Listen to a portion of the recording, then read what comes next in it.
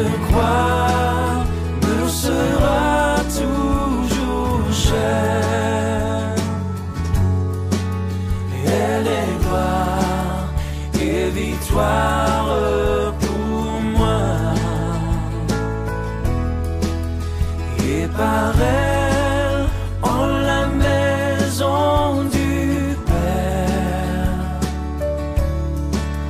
la couronne est offerte à ma foi.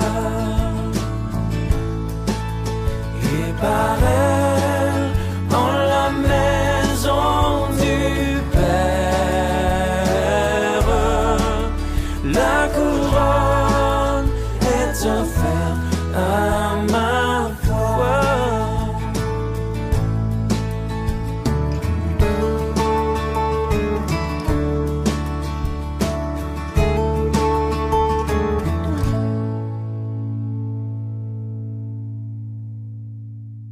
Je bénis le Seigneur parce que voici ma famille, ma mère, mon frère Julien, sa bien-aimée Tania, Alexandre. On est très heureux de les avoir au milieu de nous et est-ce qu'on peut prier pour eux, pour les accueillir et que le Seigneur les bénisse? Alléluia. Vous pouvez vous lever, on va prier pour eux.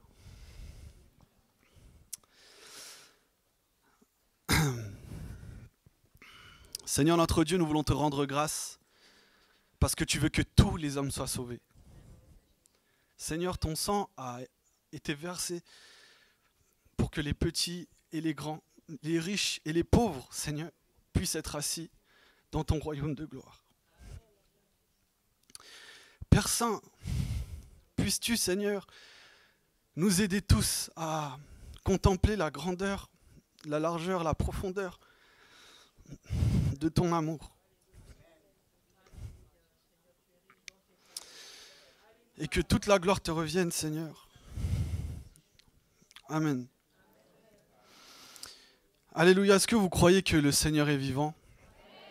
Est-ce que vous croyez que l'Église, que Dieu est dans son Église? Amen. Amen.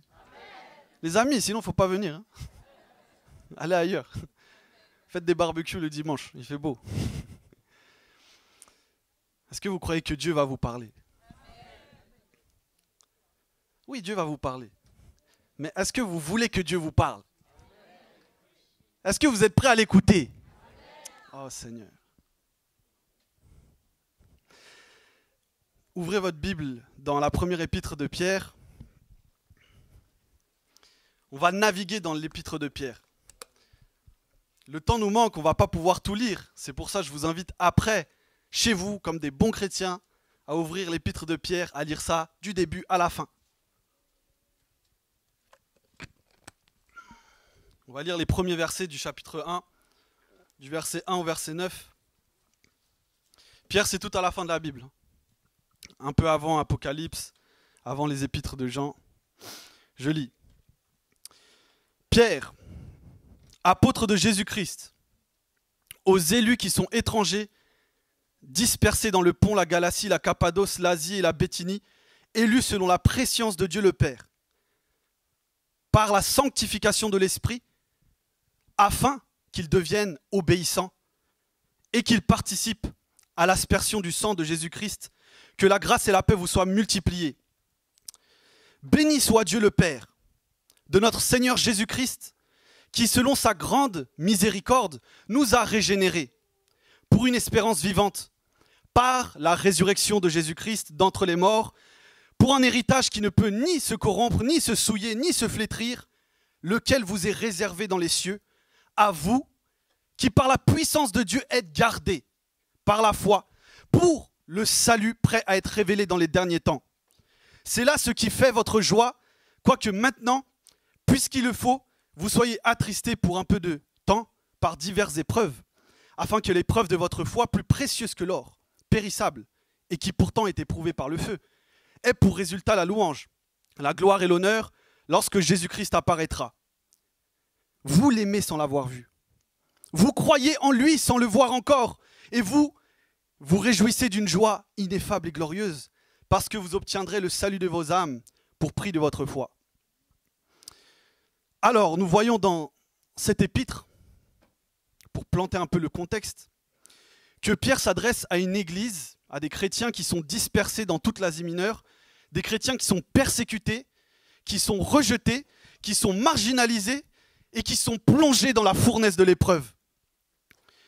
J'imagine que ces chrétiens-là à qui Pierre s'adresse ont une question brûlante dans leur cœur. Mais quel est l'avantage du christianisme sur les autres voies que propose ce monde? Est-ce que nous-mêmes, nous ne sommes pas aussi frappés par les épreuves de la vie, la maladie, la pauvreté, le rejet, la souffrance, comme le reste des hommes? Alors quel est l'avantage du christianisme? Ça vous est déjà arrivé de vous poser cette question? Quel est mon avantage de croire en Jésus si moi-même je suis frappé de souffrance? Alors il y a des faux prédicateurs qui essayent de résoudre le problème en disant « Non, ce n'est pas ça l'évangile. L'évangile, le Seigneur va, vous inquiétez pas, tout va rouler comme sur des roulettes. Vous n'allez pas connaître la souffrance. Le chrétien ne connaîtra pas la souffrance. » Eh bien, Pierre, lui, n'a pas honte de dire la vérité. Le chrétien, oui, souffre, bien entendu. Mais il souffre sur un fondement éternel. Il est pressé de toute manière, mais n'est jamais réduit à l'extrémité. Dans la détresse, mais non dans le désespoir. Persécuté, mais jamais abandonné. Abattu, mais jamais perdu. Car sa vie repose sur le rocher inébranlable, le Christ ressuscité. C'est lui qui soutient notre foi pour nous mettre en possession de la gloire éternelle. Alléluia! Alors certains pourraient se dire, Pierre, tu parles comme ça, et même tu te réjouis. Tu nous demandes de nous réjouir dans les épreuves, parce que toi tu es à l'abri. Toi tu ne vis pas ce que je vis. Mais ne vous y trompez pas, car Pierre est en train d'écrire depuis Babylone, le surnom qu'il donne pour Rome, la capitale du paganisme. Ô Seigneur, la capitale du monde païen. Et il écrit juste avant son martyre. Savez-vous que Pierre a été crucifié la tête à l'envers? Qui le savait? Alléluia. Donc alors qu'il est à la porte du martyre et de verser son sang pour l'évangile, il leur dit de se réjouir. Nous sommes en l'an 64. Pierre est en train d'écrire à la fin de sa vie, à la fin de son long parcours avec le Seigneur. C'est pour ça que j'ai voulu m'arrêter sur cette épître, parce que je me suis dit, quelle transformation il a eue. Lui qui, au début, quand on voulait l'emmener à la croix, il avait peur. À la fin, il accepte le martyre. Alors je me dis, dans ce processus, quelle transformation. Pierre sait de quoi il parle, et c'est pour ça qu'on étudie cette épître. Il sait ce que c'est d'échouer. Il sait ce que c'est de tomber.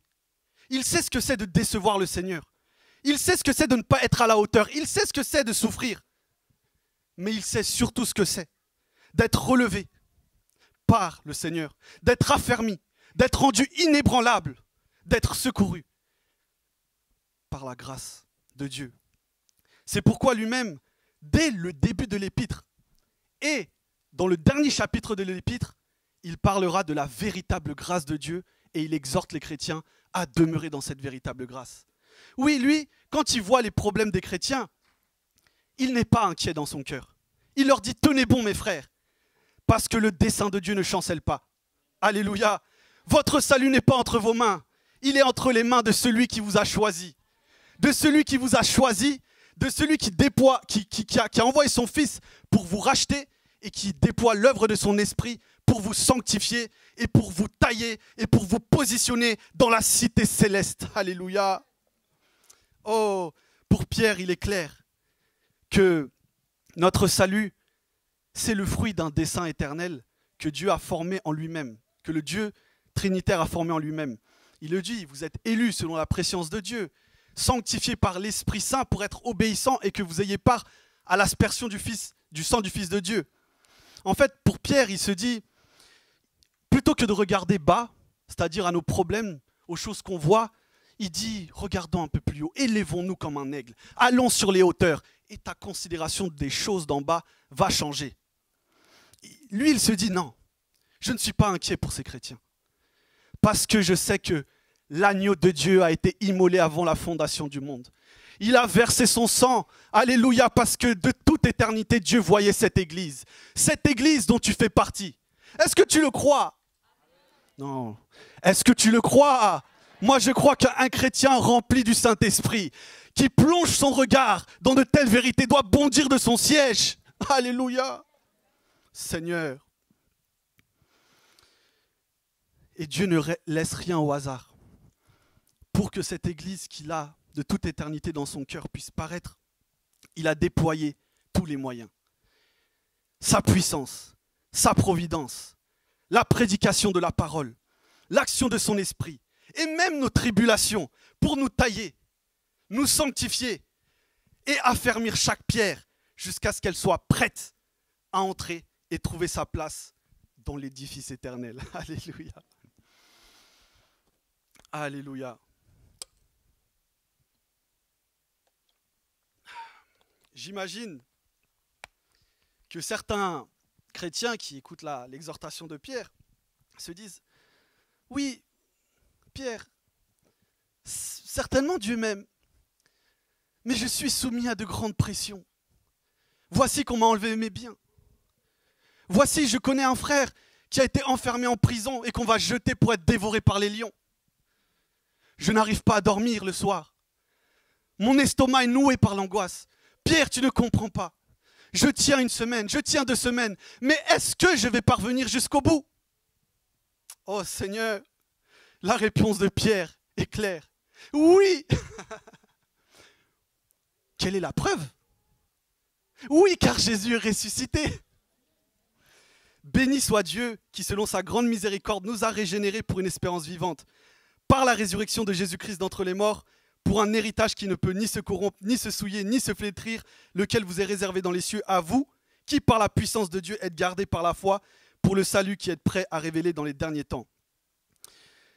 Ce qu'il faut comprendre, c'est que la résurrection de Jésus, sa victoire sur la mort et sur tous les adversaires du dessein de Dieu, ce n'est pas juste un acte historique du passé qui n'a pas d'implication sur le présent. Non, la résurrection de Jésus, c'est l'inauguration du déploiement de la puissance de Dieu, une puissance active qui agit dans le cœur et dans la vie de tous ceux qui ont été régénérés par sa parole. Pierre dit ceci, écoutez bien, vous avez été régénérés par une parole incorruptible. Est-ce que j'ai besoin de donner la définition du mot incorruptibilité? Il fait référence à la résurrection de Jésus.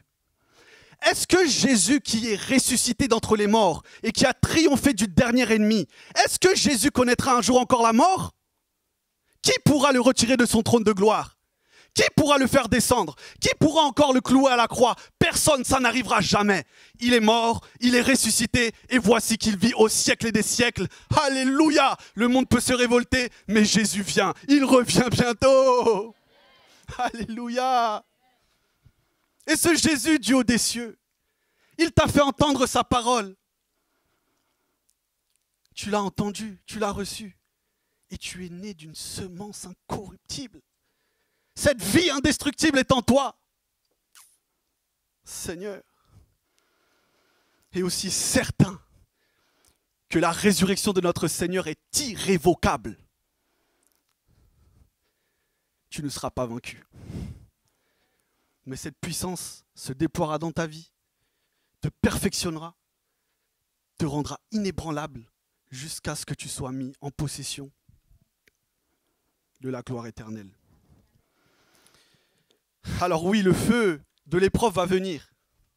Pierre le dit à la fin de son épître, Satan rôde comme un lion, cherchant qui dévorer. Le diable rôde et l'épreuve va venir, oui. Seigneur.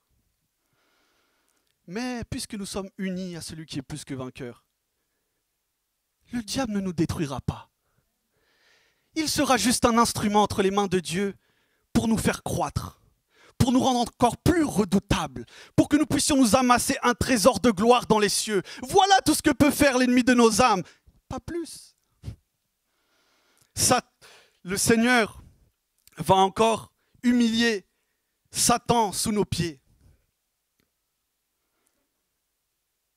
parce qu'il fera concourir tout au bien de ceux qu'il aime et qui sont appelés selon son dessein. Il y a une symétrie intéressante dans le texte que nous venons de lire. Il est dit, vous qui êtes gardés par la puissance de Dieu pour le salut qui est prêt à être révélé dans les derniers temps. Il dit, il y a dans le ciel un héritage qui vous est gardé. Le parallèle est vraiment fort. C'est-à-dire qu'il dit, l'héritage du ciel est réservé pour toi, et toi, tu es réservé pour cet héritage. Je vous laisse le temps de méditer là-dessus. Certains ont dit à Jésus, « Jésus, j'aimerais être assis à ta droite et à ta gauche. » Jésus a dit, « J'admire votre zèle, mais cette place n'est réservée qu'à ceux auxquels le Père l'a destinée. Cet héritage est réservé pour toi, et toi, tu es réservé pour cet héritage. » Est-ce que tout cela ne vous rassure pas? Oh Seigneur, c'est merveilleux. Oui, ni la mort, ni la vie, ni les anges, ni les dominations, ni les choses présentes, ni les choses à venir, ni les puissances, ni les hauteurs, ni les profondeurs, ni aucune créature du séjour des morts ne pourront prévaloir contre l'Église du Seigneur. Et tout ne fera que révéler une chose, rien, jamais rien ne pourra nous séparer de l'amour de Dieu. Oh, c'est... Alléluia. J'ai pas les mots, je bégaye. Gloire à Dieu, je bégaye. Bon, pour que chaque pierre soit positionnée, comme on l'a vu, il faut qu'elle soit taillée. Donc on va regarder un peu le parcours de Pierre pour voir comment il était avant et comment, quand on lit son épître à la fin de sa vie, comment Dieu l'a rendu. Alléluia. Alors, vous l'aurez compris, tu as une position, tu as un appel, une vocation. Dieu veut faire de toi un homme nouveau. Il y a une phrase qui est forte, qui dit: tu peux entrer dans une destinée, accomplir une destinée, sans que ce soit ta destinée. Tu peux faire plein de choses pour Dieu, servir Dieu, sans que ce soit le vrai projet que Dieu avait pour toi. Et Pierre, au début, lui aussi, il était zélé. Il était même un peu trop orgueilleux. Et tant qu'il restait orgueilleux, il ne pouvait pas devenir le Pierre que Jésus voulait former, qui allait prendre soin de ses brebis. Il disait, à la veille de la mort de notre Seigneur, Jésus, si tous t'abandonnent, moi je ne t'abandonnerai pas. Quelle présomption! Et pourtant, dans cet épître, à la fin de sa vie, il dit, mes bien-aimés frères qui êtes jeunes, soyez soumis aux anciens, humiliez-vous sous la main puissante de Dieu. C'est lui qui vous élèvera. Regardez le chemin qui a été parcouru. Pourquoi il était présomptueux? Mettez-vous un peu à la place de Pierre. Il marche avec celui qui est le Messie. Le Messie lui dit, tu es le premier à m'avoir confessé. Il l'a fait marcher sur les eaux. Il lui a dit, Pierre, je te donne les clés du royaume. Il lui dit même, à la fin des temps, tu seras avec les 12 apôtres assis sur 12 trônes pour juger les 12 tribus d'Israël. Ah, Pierre était tout feu, tout flamme. En fait, il avait encore quelque chose de charnel quand il entendait les promesses de Dieu. La promesse était sainte, mais le cœur qu'il avait reçu ne l'était pas. Lui, il imaginait que c'était par la force de son bras qu'il allait accomplir le dessein de Dieu. Alors Dieu, dans son amour, écoutez bien, dans son amour, notre Dieu d'amour, Dieu a permis qu'il soit brisé. Seigneur, il a permis qu'il tombe pour faire mourir l'homme ancien et faire paraître l'homme nouveau. La souffrance de Jésus n'est pas la souffrance du monde ou que Satan peut provoquer en nous attaquant. Ce n'est pas pareil. Pierre le dira, je crois que c'est Pierre ou Paul qui dit ceci, la souffrance du monde, celle qui est provoquée par le diable, les tribulations, les gens méchants, non, même pas ça, mais la tristesse qui n'est pas produite par le Saint-Esprit, elle conduit à la mort, au désespoir. Mais la souffrance que le Seigneur permet dans notre vie, elle produit une repentance à salut qu'on ne regrette jamais. C'est toujours pour notre bien. Quand le Seigneur blesse, il a l'intention de guérir. Amen. Et c'est là que le Seigneur doit amener tous les hommes à ce stade où nous comprenons que nous ne sommes absolument rien, mais que le Seigneur est tout. Parce que dans le ciel, il n'y a de la place que pour ceux qui jettent leur couronne aux pieds du Seigneur. Comprenez-vous cela? Tant que tu veux garder la couronne sur ta tête, il n'y a pas de place pour toi dans les cieux. Jésus disait dans une parabole, il y a un mariage. Les gens viennent au mariage. Et quelqu'un n'a pas le bon vêtement. Tout le monde est bien habillé. Mais quelqu'un s'est introduit sans le bon vêtement. Quand on le remarque, on dit, toi là, comment tu es rentré? Tu n'as pas le bon vêtement. Sors. Sors dans les ténèbres. Là-haut, le vêtement que nous porterons, c'est la louange à l'agneau. C'est jeter les couronnes à ses pieds. Est-ce que tu en es là déjà? Est-ce que tu en es déjà à ce stade où tu connais la grâce de Dieu? Pierre ne connaissait pas encore au début la profondeur de la grâce. Son amour pour Dieu était charnel, inconstant.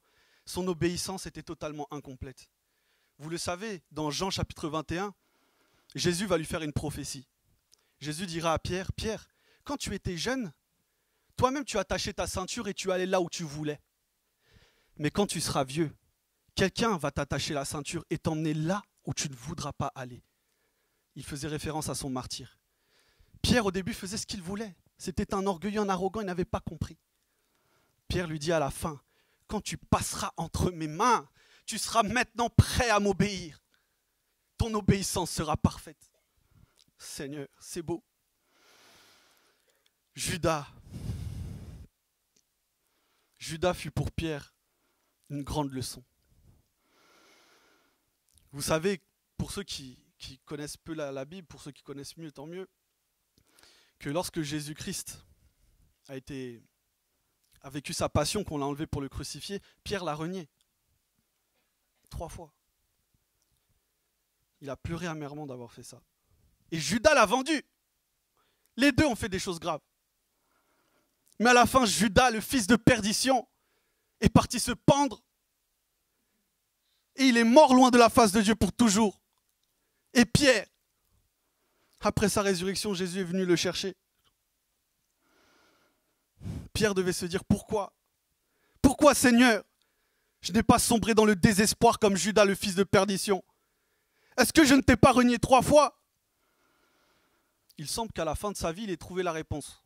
Car il dit dans 1 Pierre 1,5, « Vous êtes gardés par la puissance de Dieu, par la foi pour le salut qui est prêt à être relevé dans les derniers temps, révélé dans les derniers temps. » Il avait compris que sa foi, son salut n'était pas entre ses mains. C'était Dieu qui était l'auteur de son salut. Seigneur. Vous en doutez? On va voir quelle est la fidélité de ce fameux Pierre. Il disait à Jésus, « Moi je mourrai pour toi. »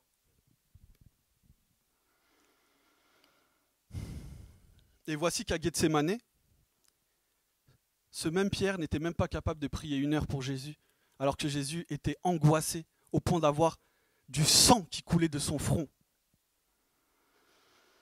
Et pourtant, même s'il s'est montré encore une fois infidèle et inconstant, est-ce que Jésus l'a abandonné? Pendant que lui ne priait pas, Jésus priait pour lui. Il a dit, « Pierre, j'ai prié pour toi, afin que ta foi ne tombe pas en défaillance. » Et c'est parce que Jésus a prié pour Pierre que Pierre n'a pas sombré dans le désespoir comme Judas. Est-ce qu'il vous faut encore d'autres preuves du fait que c'est la fidélité du Seigneur qui était la source de son salut? Regardez, lorsque Pierre a marché sur les eaux, il a été pris d'incrédulité. Il a commencé à couler dans les eaux. Jésus l'a secouru, non? Je me rappelle une fois, comme j'allais mal. Et quelqu'un me dit, « Frère, tu n'as pas la foi. » Mais j'essaie d'avoir la foi de tout mon cœur, mais c'est dur. Tu n'as pas la foi. C'est-à-dire, comme tu n'as pas la foi, ça ne s'arrangera pas. Mais moi, je faisais de mon mieux. Le Seigneur me disait, lui, je suis à ta droite. Tu ne chancelleras pas. Il me faisait penser à Pierre, oui, sa foi était défaillante, il coulait. Mais la main de Jésus s'est tendue pour l'arracher des eaux. Comme Jésus n'est pas comme nous. Ne parlons pas mal au nom de notre Dieu. Et Pierre encore, dans la cour du temple, pendant que Jésus, tout le monde lui pointait des doigts et l'accusait faussement, il a renié 3 fois. Et tout d'un coup, Jésus se tourne vers lui en le regardant pour faire comprendre à Pierre, Pierre, tu m'as renié 3 fois, mais je te porte toujours dans mon cœur. Oh Seigneur, comme c'est beau. Quand Jésus a été crucifié, Pierre, totalement déçu, a abandonné le ministère. Il a abandonné son appel, comme c'est grave. Il est retourné à la pêche. Et voici que Jésus se tient sur le rivage. Alléluia. Dieu est beau. Comme c'est bouleversant. Jésus connaissait Pierre depuis le commencement. Il connaissait ses échecs, ses failles, tout ce qu'il allait faire. Mais ce n'était pas parce qu'il se disait Pierre est parfait que je l'ai choisi. Il l'a choisi malgré ses défauts. Et le Seigneur, regardez comment il parle à Pierre. Il lui dit, Pierre, tout le monde dit que tu es inconstant. Peut-être que dans sa famille, il avait cette réputation-là d'être inconstant. Mais Jésus lui dit, tu es Pierre. Tu es un roc. C'est beau, non? Comme le Seigneur croit en nous. Le Seigneur est animé de cet amour qui croit tout, qui supporte tout. Alléluia. Qui espère tout. Qu'est-ce que cela révèle de notre salut, sinon que tout repose sur la fidélité de celui qui intercède pour nous, Jésus-Christ. Amen. Frères et sœurs, nous croyons parfois que nos chutes annulent la vocation de Dieu, avortent la vocation de Dieu. Et Satan en profite pour nous cribler, pour nous accuser, pour nous faire croire que c'est totalement fini, que Dieu ne nous pardonnera jamais. Mais c'est faux. Car entre les mains de Dieu, entre les mains de notre Dieu de grâce, même les chutes peuvent être transformées en un lieu de transformation pour nous propulser dans notre appel. Alléluia. C'est pourquoi Pierre devait fléchir les genoux et dire « Oh Seigneur, Maître du ciel et de la terre, tu as caché ces mystères aux sages et aux grands de ce monde et tu me les as révélés à moi, le plus petit des hommes. Ce que les prophètes désiraient voir, ce que les anges contemplaient de loin, tu m'en as fait participant. Et bien que tu me connaissais dès le commencement avec tous mes défauts, que je n'étais qu'un simple homme, tu m'as choisi, moi le méprisé, pour m'établir apôtre parmi les apôtres, bien plus. Tu m'as établi héritier avec ton Fils dont je suis devenu les membres. Alléluia. Gloire à Dieu. Pierre n'a pas fait que réaliser l'amour de Dieu pour lui. Ça, c'était le début. Il fallait encore qu'il devienne un canal pour manifester cet amour envers les autres. Il avait un vrai problème avec le pardon, Pierre. À un moment, on voit dans Matthieu chapitre 18, quand à un moment il s'agit de pardonner son frère, il pense qu'il est très généreux. Il dit, ah Jésus, est-ce qu'il faudrait pardonner jusqu'à 7 fois mon frère s'il pêche? Il pensait qu'il était généreux, qu'il avait un grand cœur. Jésus lui dit, Pierre, si ton frère pêche et revient vers toi pour te demander pardon, je ne te demande pas de pardonner juste 7 fois, mais 77 fois 7 fois. C'est-à-dire, toujours pardonner. Alléluia. Pierre ne comprenait pas encore l'étendue de la grâce de Dieu. Est-ce qu'un tel homme pouvait prendre soin des brebis de Dieu? Eh bien, voyez comment le Seigneur va le transformer. Alors qu'il a renié le Seigneur, qu'il était reparti à la pêche, il voit Jésus sur le rivage, il saute dans l'eau, il le rejoint. On aurait pu se dire, ah, Jésus a préparé le fouet là. Jésus va lui dire, Pierre, tu as appelé, je t'ai pas dit que tu allais être une colonne dans mon église? C'est pas en te comportant comme ça, tu vas réussir. Tu vas échouer, non, réveille-toi. C'est pas comme ça qu'on parle des fois à nos enfants. Réveille-toi. Non, tu vas échouer, hein. Tu vas échouer. Réveille-toi. Jésus lui dit quoi? Aucune reproche. Il lui dit, Pierre, est-ce que tu m'aimes? Il n'évoque même pas son reniement. Est-ce que vous comprenez que le Seigneur nous pardonne? Il jette nos fautes dans la mer de l'oubli. C'est comme si ça n'avait pas existé. Son amour pour Pierre n'avait pas changé. Pierre, m'aimes-tu? Il lui répète 3 fois. Pierre lui dit, Seigneur, tu le sais. Jésus lui dit, alors maintenant paie mes brebis. C'est-à-dire de la même manière que je t'ai fait grâce, que j'étais patient avec toi, que je t'ai supporté. Maintenant, c'est le moment que tu fasses pareil avec mes brebis. C'est comme ça, c'est à de telles personnes que le Seigneur veut confier ses brebis. Dès lors, Pierre n'avait plus envie d'accomplir son leadership de manière dominateur en faisant du mal aux brebis du Seigneur. Il a compris que ces brebis, ce n'étaient pas des brebis sur lesquelles il fallait gouverner comme si elles étaient à nous, comme si on pouvait les traiter comme bon nous semble. Il savait que c'est les brebis du Seigneur. Il faut les traiter avec douceur. Et toi, comment tu traites ceux que le Seigneur t'a confiés? Avec cette douceur? La douceur d'un cœur qui a connu la grâce de Dieu? Comme j'aimerais parler longuement, mais vous savez que le temps est court. Jésus est venu pour servir, non pour être servi.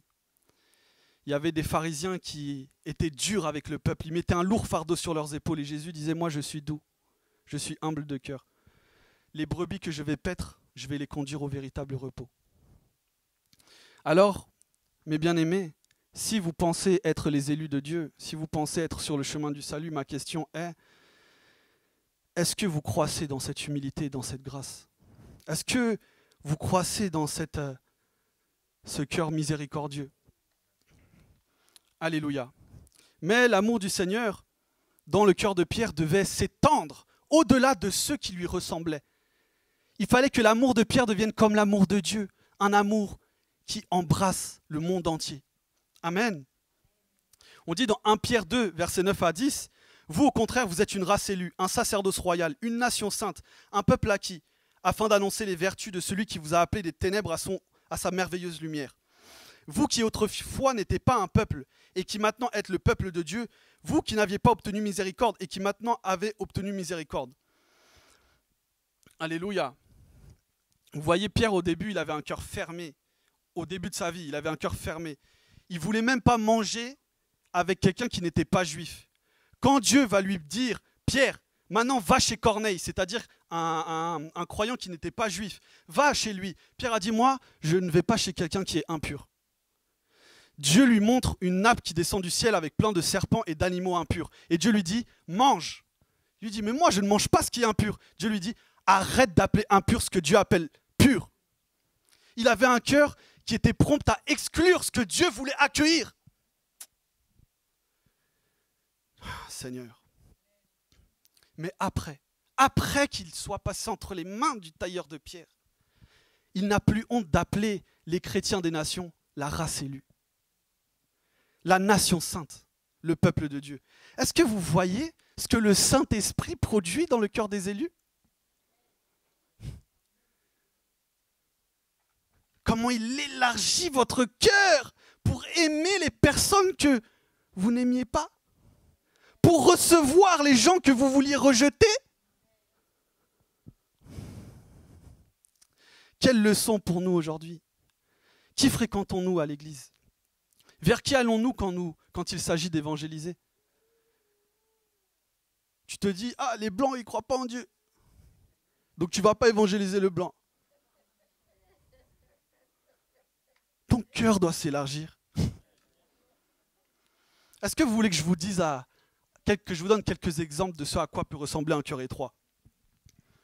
Alors, un cœur étroit, c'est quand tu viens à l'église et que tu ne supportes pas le frère qui prie trop fort.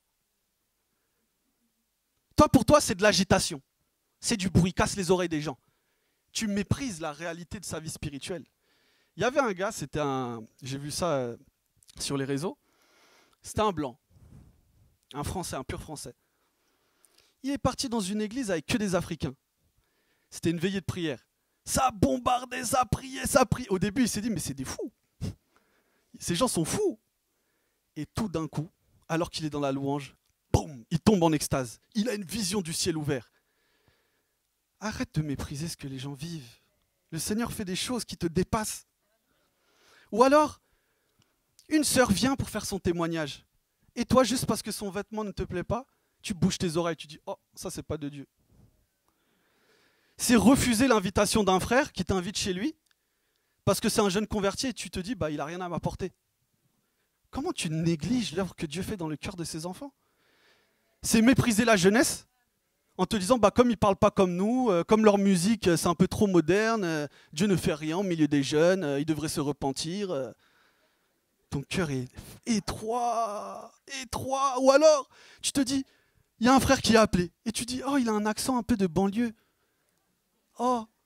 Et tout de suite, quand il prêche, tu commences avec les oreilles fermées. Oh Seigneur, comme ton cœur est étroit. Ou alors, il y a un homosexuel dans ton travail. Et toi, tu te dis, non, je ne vais pas lui dire de prier pour lui, parce qu'il est tellement loin de Dieu. C'est trop pour lui. Tu ne sais pas ce que Dieu fait dans son cœur.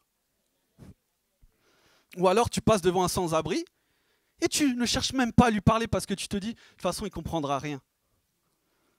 Comme notre cœur est étroit. Si nous allons seulement vers ceux qui nous plaisent, comment allons-nous démontrer la largeur de l'amour de Dieu? Est-ce que Christ est mort seulement pour les gens qui nous mettent à l'aise? Bref, Jésus lui-même, quand on regarde son exemple, il marchait avec les gens rejetés, les marginaux. Il allait avec les gens qu'on considérait de mauvaise vie. Tandis que les pharisiens se considéraient trop proches de Dieu pour fréquenter ces gens-là, le Dieu d'Israël qu'ils prétendaient servir s'est humilié jusqu'à prendre un corps de chair pour aller à la recherche de ceux qui étaient perdus. Alors ne soyons pas trop prompts à exclure les hommes du salut, parce que Jésus a averti les pharisiens. Je vous dis que parmi les prostituées, il y a des gens plus proches du royaume de Dieu que vous. Qui sont les personnes que tu as tendance à mépriser? Les personnes que tu n'aurais jamais imaginé entrer dans le royaume de Dieu. Amen. Je crois que plus nous ferons l'expérience du salut, plus nous connaîtrons notre Seigneur, plus notre cœur se dilatera. Et plus, comme l'apôtre Paul, nous serons pressés par l'amour de Dieu pour nous faire tout à tous en cherchant le salut du plus grand nombre. Et plus nous expérimenterons tous ensemble ce salut, oh Seigneur, et plus l'Église pourra rayonner, faire rayonner sa vocation dans le monde. Parfois, je suis attristé quand il y a des églises où il n'y a pas de diversité, où en fait on se concentre que sur le même type de personnes. Je pense que l'Église rayonnera dans la largeur de l'amour de Dieu quand on apprendra à faire du bien et aller à la rencontre de toutes les personnes, même quand elles ne nous ressemblent pas. Amen. Alors, l'amour de Dieu dans notre cœur ne s'arrête pas juste à l'élargir aux hommes de tous les horizons, mais doit nous conduire encore plus loin, nous amener à assumer nous-mêmes leur sort, à porter l'opprobre de Christ, à être rendus semblables à ceux qui, comme lui, n'avaient pas de lieu où reposer leur tête. Pierre dira dans 1 Pierre 2, versets 4 et 5, « Vous les chrétiens, approchez-vous de Jésus-Christ, la pierre qui a été rejetée par ceux qui bâtissent. Lui-même est devenu la principale de l'angle. » Nous voyons que Pierre, au tout début, il avait peur d'être rejeté par sa communauté. Il avait peur d'être... Déjà, il avait du mal avec les étrangers, alors être considéré lui-même comme un étranger au milieu de sa propre famille. Ah, jamais. Jamais. Galates chapitre 2. Il y a des juifs comme lui qui viennent, et tout d'un coup, il se dit, ah, si je mange avec des païens, là, je vais être jugé. Qu'est-ce qu'il a fait? Dans l'hypocrisie, il a fui les chrétiens qui n'étaient pas juifs pour rester avec les juifs. Oh Seigneur, quel retour en arrière. Tant que nous cherchons à plaire aux hommes, nous ne sommes pas libres de plaire à Dieu. Pierre était esclave du regard des hommes, esclave de vouloir plaire aux hommes. Paul dit, si je cherche à plaire aux hommes, je ne suis pas un serviteur de Jésus-Christ. Tu dois mourir au désir de vouloir plaire aux hommes si tu veux marcher dans la volonté de Dieu. Mais Dieu ne l'a pas laissé, il l'a repris. À la fin, il va accepter son statut d'étranger. Au tout début, quand Pierre a commencé à marcher avec Jésus, il a vu quelque chose d'incroyable. Il a vu que ce Jésus, qui pourtant était bon, qui faisait des merveilles, etc., qu'il était rejeté, qu'on le traitait de buveur de vin. Même les gens de la famille de Jésus, à un moment, quand ils l'ont vu, ils ont dit, mais tu es possédé. Il est devenu fou. Seigneur, il était calomnié, traité de blasphémateur. Et pourquoi les gens haïssaient tant Jésus? Pourquoi les gens le rejetaient? Est-ce que Jésus faisait le mal? Jésus disait, vous me rejetez parce que je viens d'en haut et que vous êtes d'en bas. Je viens du ciel et les gens de la terre ne comprennent pas ceux dont l'origine est céleste. Seigneur. Alors Pierre a décidé de suivre Jésus et petit à petit il devenait de plus en plus étrange aux yeux des gens de son temps. Et il a commencé à vivre le rejet dont Jésus a été la victime. Regardez-le jusqu'où ça a été.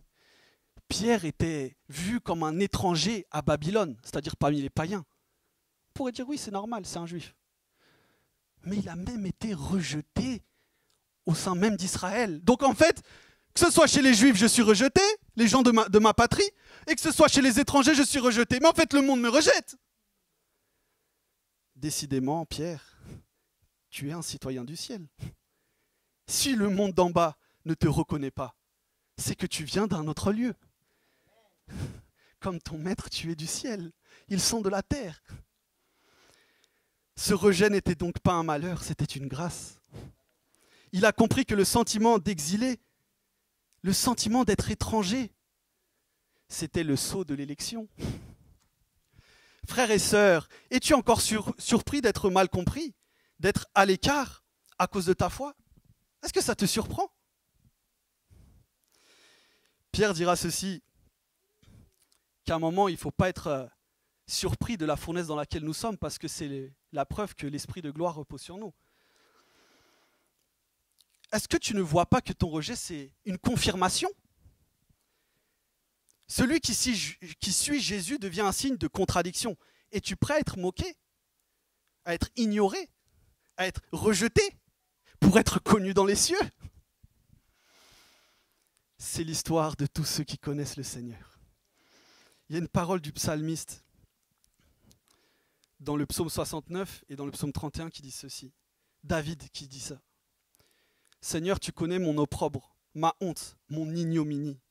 Mes adversaires sont tous devant moi. L'opprobre m'a brisé le cœur. Je suis malade.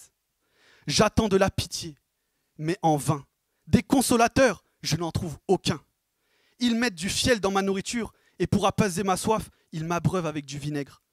Tous mes adversaires m'ont rendu un objet d'opprobre, de terreur pour mes amis.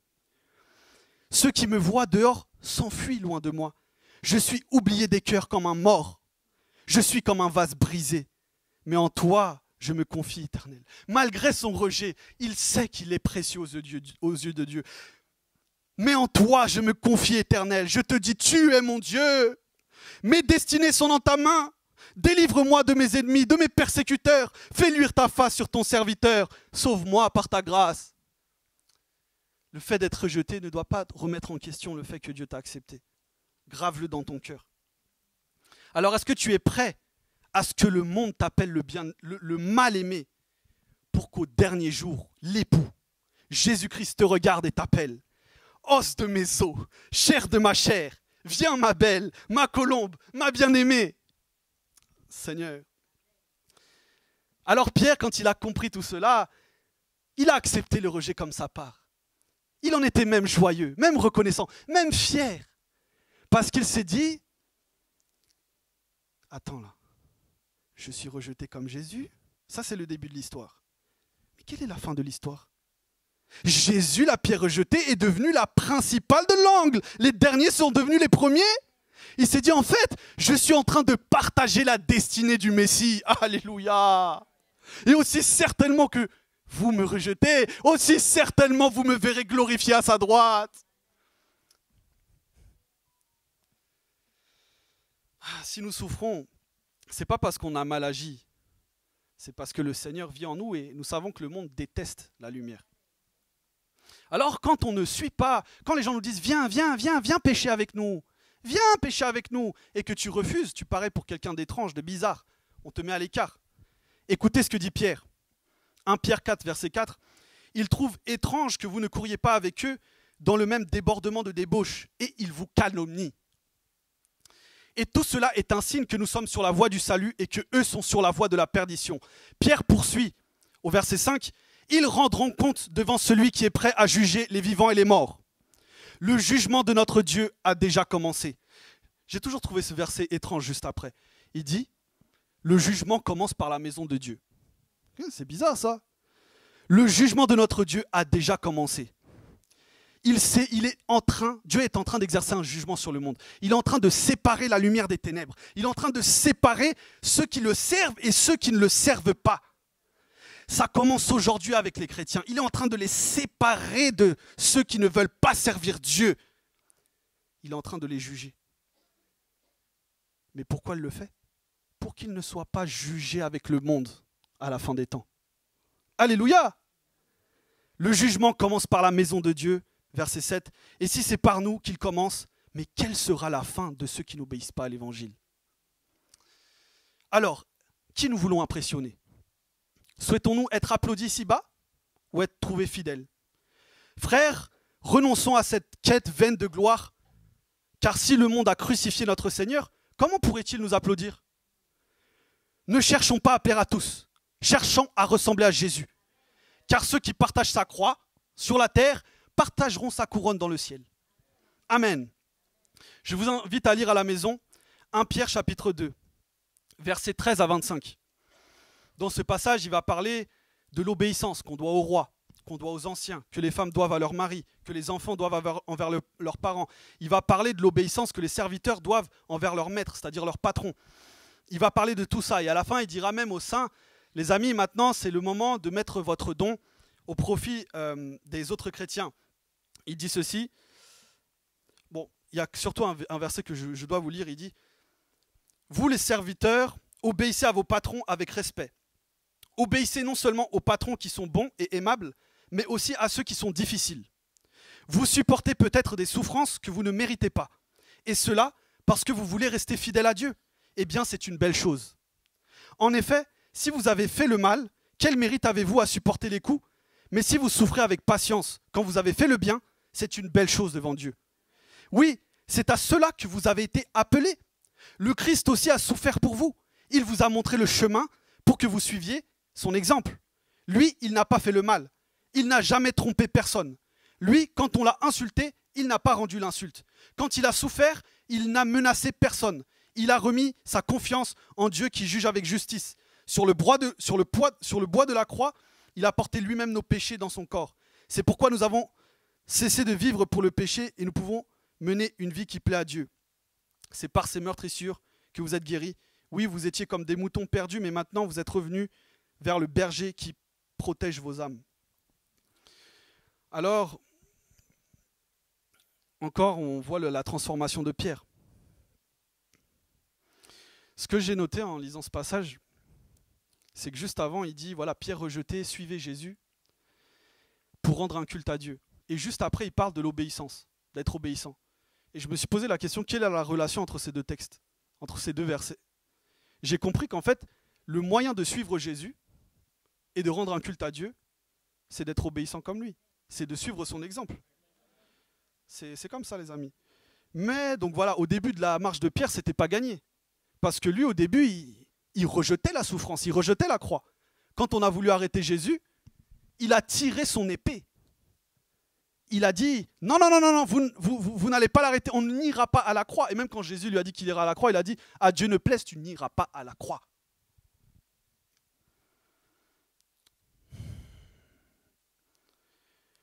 Pierre était incapable d'imaginer que la gloire de Dieu pouvait passer par la croix.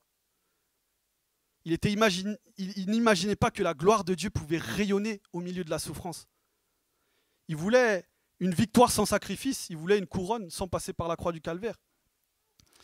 Mais lorsqu'il a vu Jésus ressuscité, Pierre a eu une révélation. Il a compris que Dieu aime l'obéissance, une obéissance de la foi qui est même prêt à aller jusqu'à la mort, qui est même prêt à traverser pour Dieu la souffrance. Il a compris que c'était ça le chemin que Dieu avait approuvé. Et il a compris que c'était ça que Dieu voulait forger dans le cœur des chrétiens. Un cœur semblable au Fils de Dieu, qui aime le Père et qui lui fait confiance jusqu'à être prêt à traverser le feu de l'épreuve, à aller jusqu'à la croix. Mes amis, je crois que notre foi Et l'objet de notre espérance devient vraiment authentique lorsque tu traverses l'épreuve et que tu restes fidèle à Dieu. Est-ce que vous vous êtes déjà demandé pourquoi les apôtres acceptaient d'être mis à mort? Pourquoi les apôtres acceptaient d'être traînés en prison? C'était parce qu'ils étaient remplis d'une espérance de la résurrection.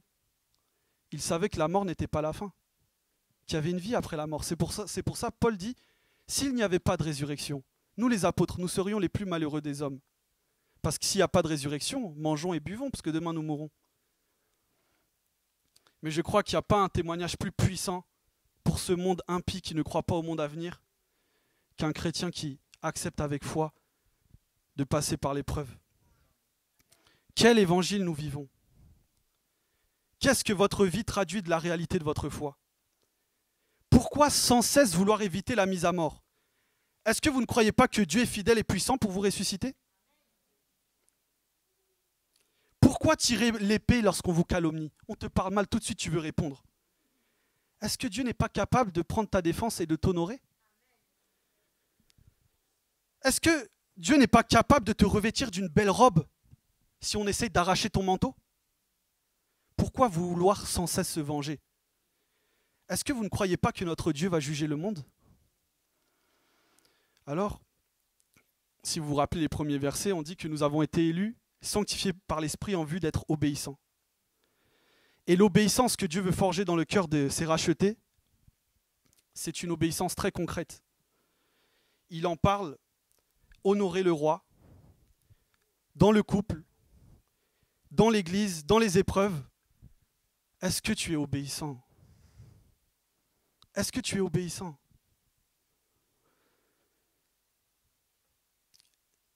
Tu es un chrétien de Pentecôte. Non, tu n'es pas chrétien de Pentecôte. Est-ce qu'il y a des pentecôtistes ici? Est-ce que vous êtes remplis du Saint-Esprit? Est-ce que vous êtes remplis du Saint-Esprit? Est-ce que vous êtes remplis du Saint-Esprit? Oh, si tu es rempli du Saint-Esprit, ce n'est pas ton parler en langue qui va me le montrer. Mais c'est la disposition de ton cœur à l'obéissance. Alléluia, soyons obéissants. Pas de pentecôtiste qui fait la guerre à son mari. Faux! Pas de pentecôtiste rebelle à ses parents. Je suis rempli de l'Esprit. J'ai une vocation. Waouh! Destiné à être prophète, apôtre. Tellement rempli de l'Esprit. Vous ne me comprenez pas. Tu es insoumis au pasteur, insoumis aux anciens. Rebelle! Le Fils vit en toi. L'Esprit de Jésus-Christ vit en toi. Moi, je vois des cornes sur ta tête. Je vois des cornes. Et vous savez que les boucs n'hériteront pas du ciel avec les brebis. Alléluia. Suivons l'exemple de notre Seigneur. C'est ça le témoignage véritable. C'est ça qui déclenche la puissance de Dieu. C'est ça qui convaincra le monde, alléluia, que notre Dieu est vivant. Ne croyons pas Satan qui nous présente des faux chemins, des faux chemins à emprunter. J'entends des gens qui disent « Ah, quand je vais réussir dans les affaires, dans le business, quand je vais être millionnaire, je vais rouler en carrosse, le monde sera tellement étonné. Je vais vraiment glorifier Jésus dans cette belle Lamborghini avec une petite couleur verte ou rouge comme le sang de Jésus. Alléluia !»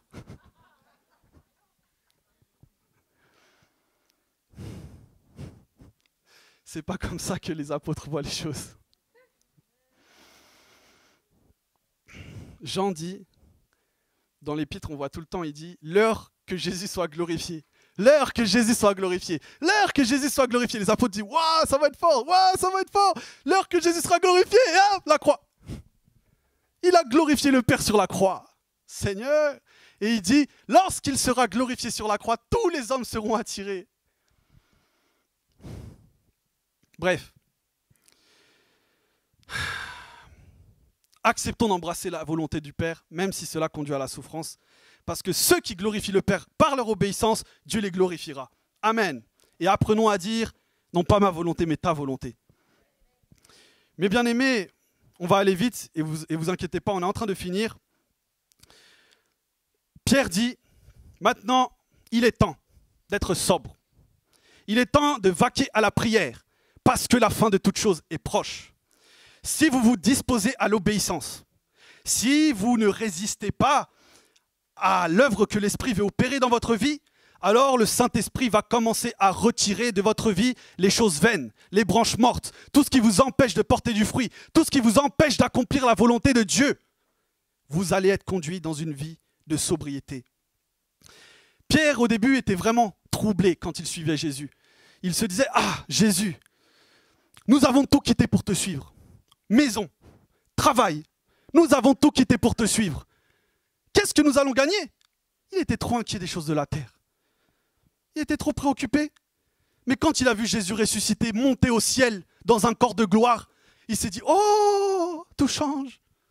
Oh, l'héritage qu'il faut chercher là, c'est là-haut. Pourquoi les gens s'agitent vainement sur la terre? Ils gravissent des montagnes, ils creusent dans la mer pour chercher quoi? De l'or périssable qui demain sera détruit dans le feu? L'héritage est au ciel. Alléluia, l'héritage est au ciel. Oh, les priorités doivent changer.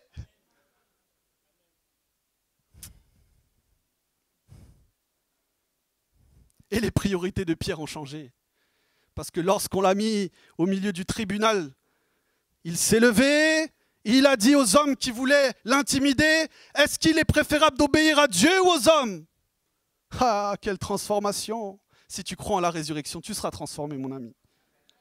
Si tu crois en la résurrection, tu chercheras les choses d'en haut. Seigneur. Amen. C'est pourquoi Pierre dit, c'est bon. Les amis, moi-même, j'étais inquiet des choses d'en bas, je ne priais pas, j'étais pas sobre, à Gethsémane au jour de l'épreuve, je suis tombé, j'ai abandonné. Mais à la fin de sa vie, il dit, les amis, c'est bon, soyez sobres. Il faut prier maintenant. Il faut prier les amis. C'est ça la vraie vie, c'est ça le vrai principe à suivre. Oh! Il le dit. Le jour du Seigneur viendra comme un voleur. Les cieux passeront avec fracas. Et la terre, avec les œuvres qu'elle renferme, sera consumée dans le feu. C'est la vérité. Le croyez-vous? Bref. Alléluia. J'étais tombé sur une vidéo sur Facebook. C'était il y a 2 jours. Un prédicateur. Hein. Et des fois, je me dis, pourquoi j'ai peur des fois de venir prêcher? Pourquoi j'ai cette pression quand je vois des gens qui disent des bêtises comme ça avec tant d'assurance? Il dit, quand les chrétiens arriveront au ciel, ils seront dégoûtés. Oh! Attends, là, il y a une révélation, là, j'écoute. Quand ils arriveront, ils seront dégoûtés. Pourquoi? Parce qu'ils vont réaliser qu'ils auraient pu vivre dans des villas sur la terre. Bon. Je vais devoir m'arrêter un peu là pour méditer. Peut-être qu'il y a une profondeur de révélation que je n'ai pas atteint. Bon. Qui est ma référence? Jésus, ok. Bon. Jésus s'est dépouillé. Jésus est mort sur la croix.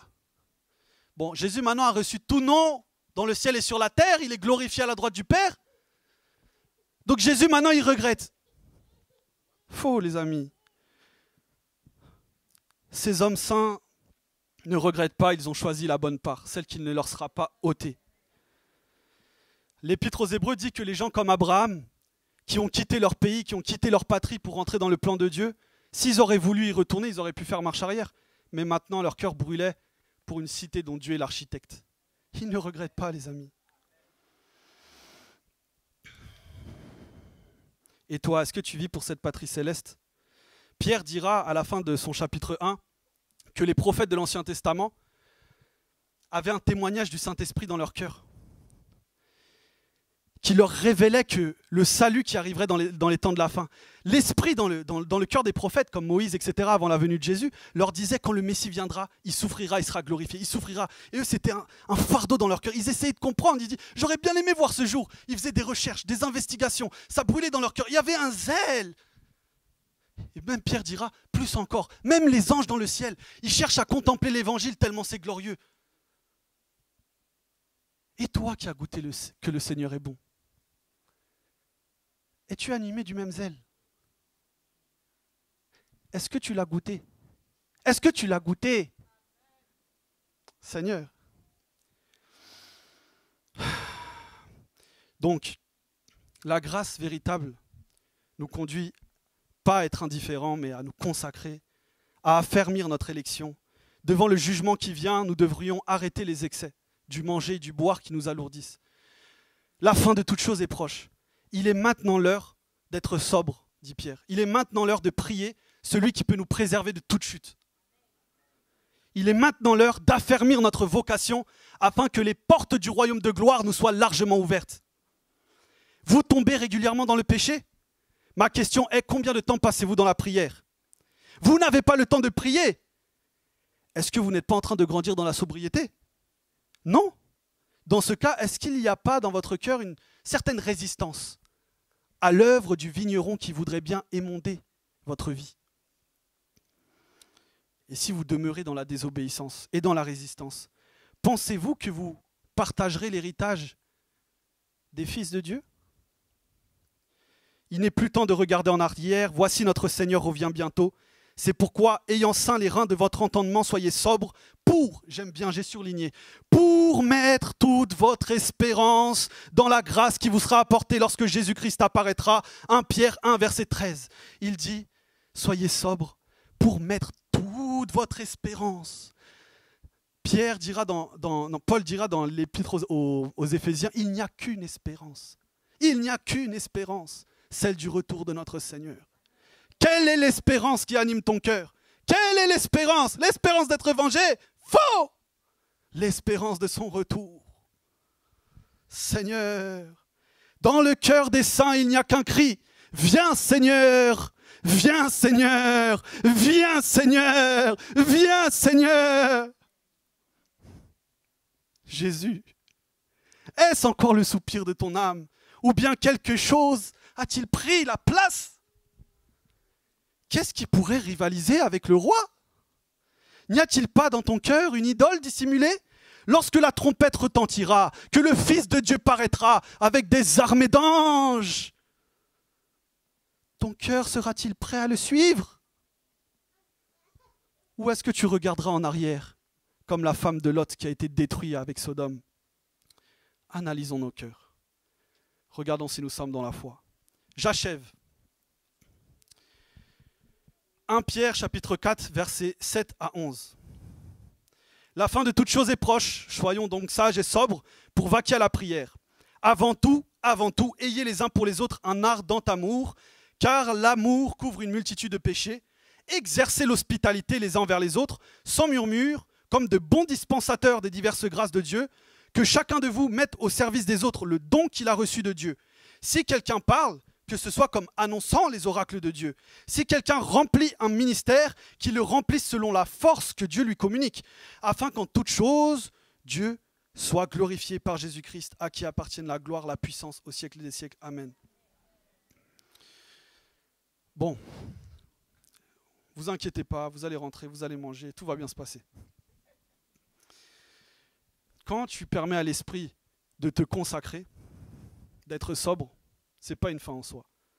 La finalité de cette sanctification, c'est de faire de toi quelqu'un qui édifie l'Église. Pierre, au début, il avait une spiritualité égocentrique. Lui, il disait à Jésus, bon, si tout le monde tombe, si tout le monde t'abandonne, ça, c'est pas mon problème. Moi, tant que je suis debout, ça me va. Quand il est monté sur la montagne de la transfiguration, qu'il a vu Jésus rayonnant de gloire, il s'en moquait des gens qui souffraient en bas. Il se dit, bon, moi, je vais mettre une tente, on va rester avec Jésus, Moïse et Élie, entre nous, on est bien. Autocentré. Quand Jésus l'a repris à sa résurrection et qu'il lui a dit, Pierre, affermis tes frères, ça a dû faire l'effet d'un coup de marteau dans son cœur. Il a dit, maintenant, ce n'est pas centré sur toi, c'est centré sur les autres. Amen. La véritable foi, c'est ça. C'est être conduit toujours plus dans la communion des saints. Et se consacrer toujours plus pour bâtir l'Église. Amen. Alors, c'est pourquoi Pierre dit, ceux que l'Esprit a sanctifiés, ils doivent mettre leurs dons au service du corps. Amen. Alors, toi, comment tu sers le corps ? Est-ce que tu prophétises ? Est-ce que tu exhortes ? Est-ce que tu accueilles les saints avec hospitalité dans ta maison ? Est-ce que tu es généreux ? Est-ce que tu enseignes avec fidélité ? Qu'est-ce que tu fais de ton don ? Mes amis, si nous sommes véritablement animés de la grâce de Dieu, nous ne serons pas des chrétiens stériles. Nous ne serons pas des chrétiens errants ça et là comme des électrons libres qui ne vivent l'Église que sur YouTube. Non, non, non, non, non, car l'Esprit est en train d'accomplir une œuvre dans l'histoire. Il est en train de rassembler des pierres. Il est en train de bâtir un peuple. Il est en train de les souder dans un même amour. Seigneur, mes amis, Pierre dira, Dieu vous a rendu participants de la nature divine. Lorsque le Saint-Esprit travaille en toi, qu'il te purifie, qu'il te brise, qu'il te consacre, c'est pourquoi? Pour que ton cœur s'ouvre, pour que l'Esprit descende, pour que tu deviennes participant de la nature divine, que tu rayonnes de la gloire de Dieu. Mais quelle est cette nature divine? C'est la nature du Fils.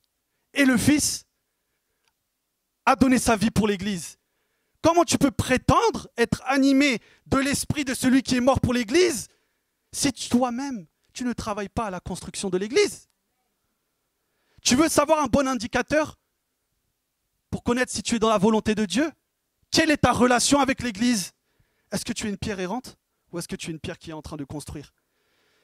Bref, c'est lorsque le monde voit que des hommes et des femmes de toutes nations vivent dans la communion d'amour dans l'Église qu'ils reconnaissent que Jésus est le Messie, qu'il est entré dans son règne et qu'il revienne bientôt. Pour reprendre les paroles de l'apôtre, la fin de toute chose est proche. Il est temps de se consacrer à ce qui demeure, l'édification du temple vivant de Dieu. Levons-nous.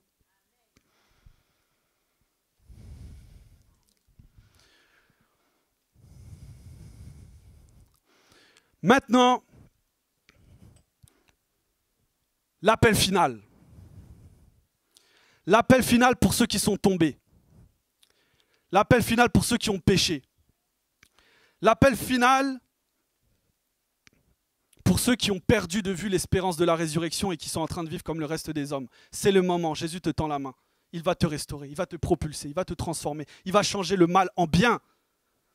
Amen. Je veux que tu pries de tout ton cœur et nous allons prier ensemble. Père Céleste, répète après moi, Père Céleste, tu es mon Créateur, je te dois l'adoration. Tu as dit, si vous m'aimez, vous m'obéirez. Je veux t'obéir, Seigneur. J'ai essayé, j'ai échoué. Seigneur, je reconnais que ce n'est pas par ma force, mais par ton esprit. Je reconnais que c'est par ton sacrifice, Jésus, que je suis sauvé. Je reconnais que c'est toi qui me tailles, que c'est ton esprit qui me sanctifie pour me rendre parfait. Je remets ma vie entre tes mains. Sauve-moi au nom de Jésus. Alléluia, Seigneur, je te prie. Là, tu n'as plus besoin de répéter, je vais prier pour toi. Seigneur, notre Dieu, nous te rendons grâce, Seigneur, parce que tu nous connais tous par notre nom, Seigneur. Tu nous as vus dès l'éternité passée. Tu as voulu, Seigneur, nous incorporer à ton édifice éternel. Merci, Père, parce que ce n'est pas nous qui t'avons choisi, c'est toi qui nous as choisis. C'est toi qui nous as aimés le premier. Et c'est toi qui as déployé tous les trésors de grâce et de puissance, Seigneur, pour t'assurer que nous puissions parvenir jusqu'au bout. Seigneur, merci, ô Dieu de gloire, pour tout ce que tu as accompli. Parce que tout ce que tu fais est bon, Seigneur. Tu fais concourir tout à notre bien. Tu nous tailles, tu nous façonnes, tu nous transformes. Et je sais, Dieu de gloire, que Satan n'a aucun pouvoir. Il est un instrument entre tes mains. Oui, Seigneur, tu as mis ta résurrection en nous, Seigneur. Satan vient avec son feu, mais tu vas lui montrer que la résurrection est en nous, Seigneur. Que tu nous donnes d'être toujours plus que vainqueurs. Alléluia! Les plans de Satan tombent maintenant au nom de Jésus. Je prends autorité contre toute accusation de l'adversaire qui essaye de les tenir captifs. Maintenant, Père de grâce, tu viens leur révéler l'étendue de ton amour. Tu viens les dégager des accusations. Tu viens les rendre capables, oh Dieu, de marcher avec assurance dans ta volonté. Tu viens nous rendre sobres, Dieu. Tu détournes notre regard des choses d'en bas. Tu portes nos regards vers les choses d'en haut. Seigneur, ranime un zèle, ranime un feu. Trop longtemps, nous nous sommes laissés préoccupés par les choses d'en bas. Seigneur, je prie, donne-nous de considérer les choses d'en haut. Et Père, je prie pour les dons, pour les talents, Seigneur. La fin de toute chose est proche. Nous voulons maintenant nous préoccuper des affaires de ta maison. Nous voulons maintenant nous consacrer à l'édification de ton Église. Nous voulons nous consacrer aux choses éternelles et non pas aux choses passagères. Je prie dans le nom de Jésus que chacun entre dans sa vocation. Père, nous te remercions au nom de Jésus. Amen.